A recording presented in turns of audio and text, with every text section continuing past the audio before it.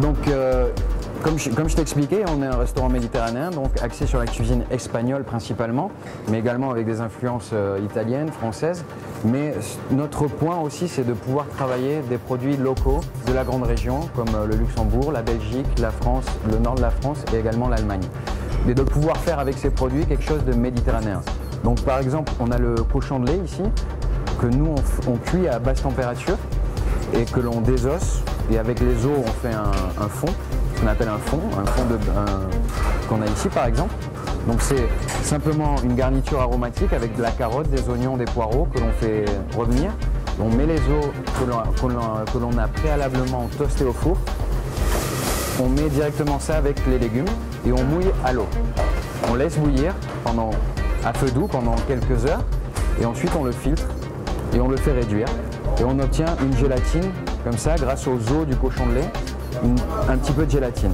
Et nous, notre petite astuce, c'est de rajouter un petit peu de miel juste à la fin également pour donner ce goût sucré. Et donc ça, on va le servir avec une purée de patates douces, donc vraiment pour rehausser ce côté doux, et des pruneaux, qui sont également des fruits secs de saison. Dans ce cas-là, le cochon de lait, ce que l'on fait, c'est qu'on coupe le cochon de lait en différents morceaux avec la peau, préalablement trempé dans de l'eau froide avec des glaçons pour enlever toute la partie avec le sang. Et une fois ça, on le sèche, on le sale, on le poivre et on le met en sac sous vide. Donc, comme vous pouvez voir ici, on met le morceau avec de l'huile d'olive, de l'ail et des herbes aromatiques comme le thym ou le romarin. Et donc ça, on le ferme en machine sous vide, ce qui va permettre d'enlever tout l'air et de pouvoir le cuire à basse température au four. Donc à basse température, c'est 90 degrés, entre 85 et 90 degrés, on a à peu près 10-11 heures, voilà. Voire même plus. Ce qui est important dans le sous-vide, c'est qu'il y a un échange de saveurs entre les différents éléments, entre le cochon de lait, l'huile, l'ail, le romarin et le thym. On plaque la peau, on enlève la peau de la viande, on plaque la peau et on met la viande sur le dessus. Et en fait, grâce à la graisse ou la gélatine du cochon de lait, quand ça va refroidir, ça va coller. Donc on va avoir une partie froide, comme vous pouvez voir ici. Donc on a vraiment un cochon de lait typique, comme on fait en Espagne ou au Portugal, mais sans les os. Donc voilà.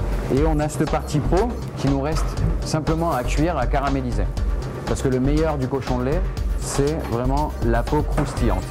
Comme vous voyez, à froid, on a vraiment quelque chose de solide grâce à la graisse et la partie peau sur le dessus. Donc ce que je vais faire, c'est que je vais simplement le toaster sur la plancha. Donc on peut le faire à la poêle également. J'ai décidé de mettre ça avec une purée de patates douces. Donc pour faire la purée de patates douces, on passe directement la pomme de terre douce au four avec la peau, préalablement lavée. Et ensuite on enlève la peau et on la mixe légèrement avec un petit peu de crème et du beurre, légèrement.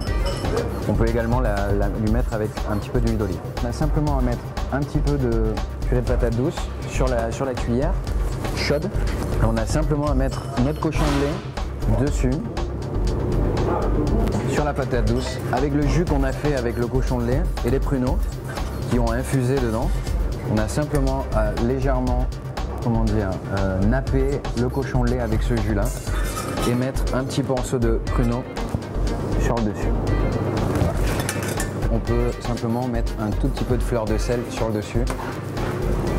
Donc voilà, et on a simplement à mettre un petit peu de micro-herbes sur le dessus. Voilà.